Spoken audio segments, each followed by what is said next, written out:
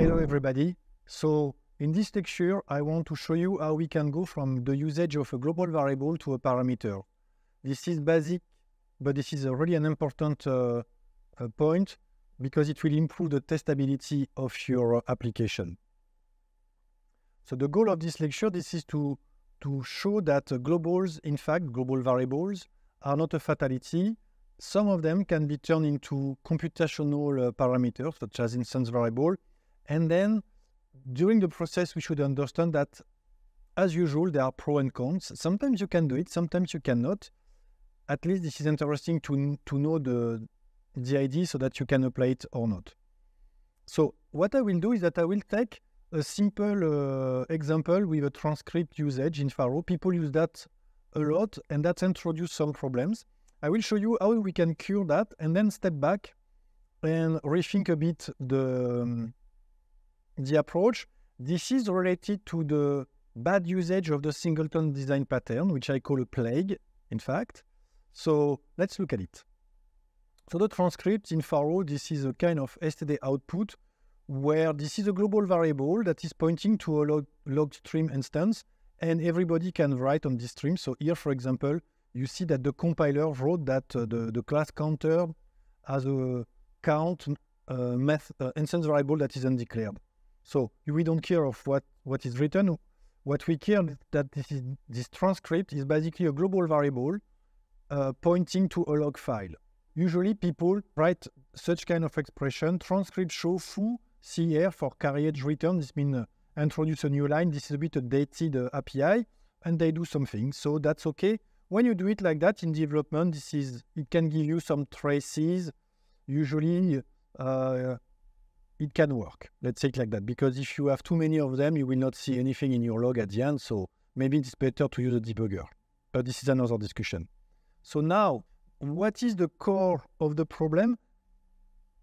This is when you have transcript show expression like that in released software. Because if you have that in your domain, it means that somehow you want to have a specific log, that this log is potentially part of your domain, or that you want to do something with it. Else, you would have removed it when you deploy your software. So now there is also another related issue. This is how do you make sure that those logs are correct? So what if we want to write tests that the logging that you have in your software is logging correctly what it should log? Because of course you can write your code like that and pray and expect that it will work. Or if you are a good software engineer, what you want to do, you want to make sure that, yes, these traces are super important for my domain, and I want to have the guarantee that they are there and that they contain the right information. Because if you rely on this information, then you should test it. This is a problem because first, maybe you don't want the extra dependency to transcript, because transcript is a tool from the Pharo IDE. So why do you want to depend on a tool from the Pharo IDE? But why not? More important, your log is mixed with all the logs of the system, because everybody that uses the transcript will just write logs there. So you don't want to have your log that are dirty by other people, and you want to control this stuff, especially if the logs are important for your case because you want to analyze them or things like that. You don't want to have to jump over the log of other tools that maybe only happen when you build on the server or not. And what is really more important is that you cannot easily write tests to be sure that your log is happening correctly. And for me, this is really the key aspect of using a global variable. So the solution, basically, this is to apply modern object-oriented techniques. Let's call them locality and encapsulation. So the idea, this is, instead of pointing to a global variable, I will just introduce in my domain an instance variable that I will initialize and that I will control. So this is what I am doing here. So previously, if you see in this class MIC abstract block, there was this log in the iterate. And now what we will do, we just said, oh, you know, I want in the initialize, I will add a new instance variable. I initialize to a string that I control.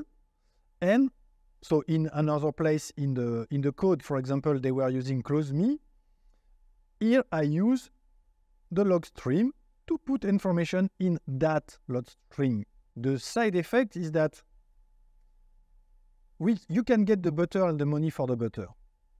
So this means that if I introduce a setter that will be able to let people modify the string in which I will write, then you could pass a transcript there. So this means that you can say, oh, you know, you have this MOOC abstract block.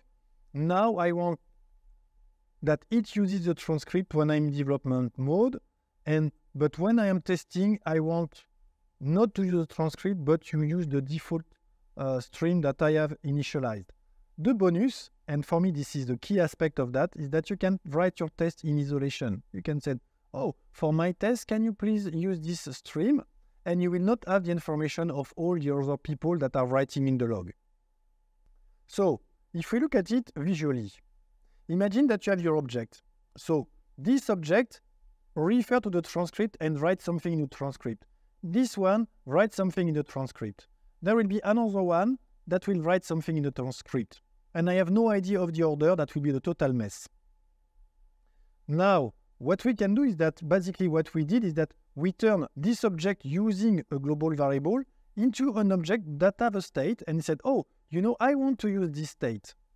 Oh, I want this one to use this state. It is its own state. So here it will be a different one. And this one, that will be another one. You know, like, oh yes, they're nice, this little state. Each of my object will have its own private state. And if I want, I can say, oh, you know, guys, you two, you share the same state. Because for, I want that you share your, or that you mix your log in the system. I don't care. So we went from a system that is monolithic, there is only one transcript from everybody, to a stream per instances. And that's super nice. So we went from a monolithic system to a parameterizable system. So now I can decide what I want to do. So in this solution, I can decide. In this one, I cannot. I have only one. So I said, okay, there is only one. You want more? There is only one. So do you see the pattern? So let's look at this piece of code. So this is a scroll bar, default scroll bar target, whatever it is, we don't really care. We create an instance of a text area, and then we set the background color of this text area. And here we said, oh, color, I want a light gray, and I want a very much lighter gray. And then we can ask yourself, oh, and what if I am in a dark or in a light theme and I want another color? I cannot do anything. Because here, that would be that one, which means this color here, that is here. And I don't want that. So what is the solution for that? Because I hard-coded here basically the color. So this means that there will be only one, this light gray color. And in fact, now, if we just do the following, we said, okay, in my initialize methods, which is a constructor, this is the equivalent of a constructor in Java, I will introduce an instance variable, default background color, where I assign my color, and I pass here, I don't use this color, but I use this variable. It means that if I have a setter, like here, with this setter, I will draw it, I will go from a design where I had my rub, I have an instance of rub scroll text, which has one color, and I have a rub scroll text that point to the same color, to a design that is like, oh yes, this is my little color, I use this one, this is my little, I have a color that is the background, the default background color, and each of them can have their own. Once I am in this situation, I can decide or not to share the same. It's just a pointer, so I can say, please share this one, but not you. And here you are green, for example. So you see, I show you the pattern with the transcript, and then I show you the pattern with a color, which has nothing to do with that, but this is exactly the same problem. You will go from a monolithic system to a parameterized system. So when you think about it, instance variables are state of object. This is what we said, okay, in object-oriented design. the instance variable represent the state of object. But what you can see is that instance variable, they are also kind of the parameters of your computation. So you perform a computation, and then this computation is taking the parameters into account, and then you, from the outside or not, you can change the parameters that you want to do, and you can control your computation. So instead of having only one parameter, you can have the parameters that you want, and that makes a big difference. So what is interesting is that this can be shared between classes or not. You can see there is this shared variable in Pharo, which are approximately the same as static variable in Java. And there is a lecture. So we will see that we have several lectures. We have a module that is called sharing object. And we will talk about sharing, how we can share or not those values. But you can start to think about sharing when you have more than one. Because if you have one, it means that everybody shares. So there is only one solution, everybody shares. And we want to have a discourse that is a bit more fine-grained. Maybe some of them want to share, some of them do not want. So what you see is that about global variables, the pro is that this is easy. You don't have to have an instance variable in your domain. Sometimes you cannot. So you cannot add an instance variable to your domain object. You don't have to initialize such globals because it exists already there. Or there is one system that will create it, and then all the other one, they will use it. The cons there, basically, you have only one. So you cannot have two. By construction, you cannot have two. So imagine you cannot have, for example, two themes side by side. You cannot see the user interface in white and black at the same time because there is only one. So it can be black for everybody or white for everybody. So you cannot compare.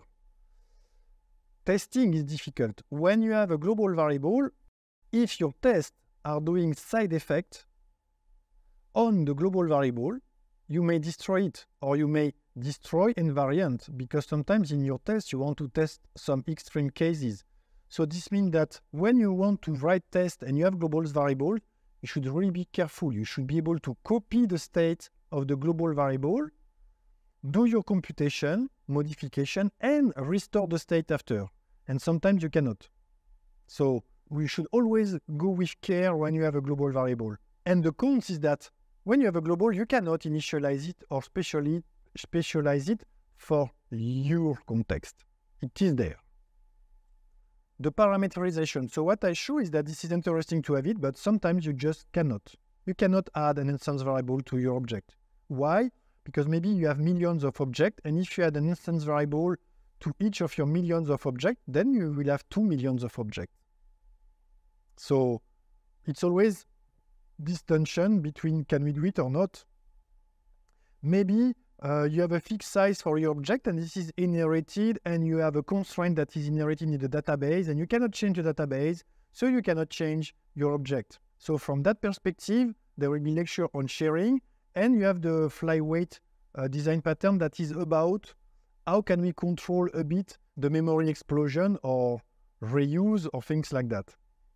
So what I suggest, this is the last point here, this is at least factor in a method a single entry point to your global usage, because maybe in the future it will be easier for you to experiment or to change. So what I mean here is that instead of saying my method M1 global, my method M2 global access, my method M3 global access, I think that you see the pattern. Huh? You don't do that. What you do is that you do M1 self use global, M2 self use global, and M3, of course, this is more complex than that. Usually, you have code around.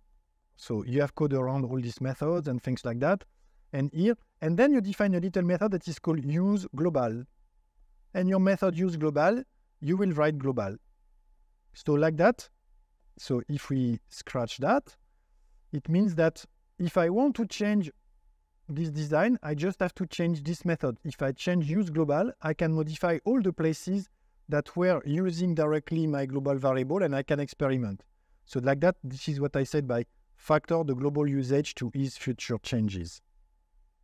So in general, my suggestion, this is avoid as much as possible the use of global variables. They go against object-oriented design. From that perspective, I would say, as a general reflex, try to avoid to use singleton design pattern. So first, you will have to read the lecture, check the lecture that we wrote, but there is a high chance that you don't need a singleton. And once you will have watched the singleton lecture, you will know what I mean. In general, singleton, which are globals, and global variables make your code less modular and less testable. And this is always a problem.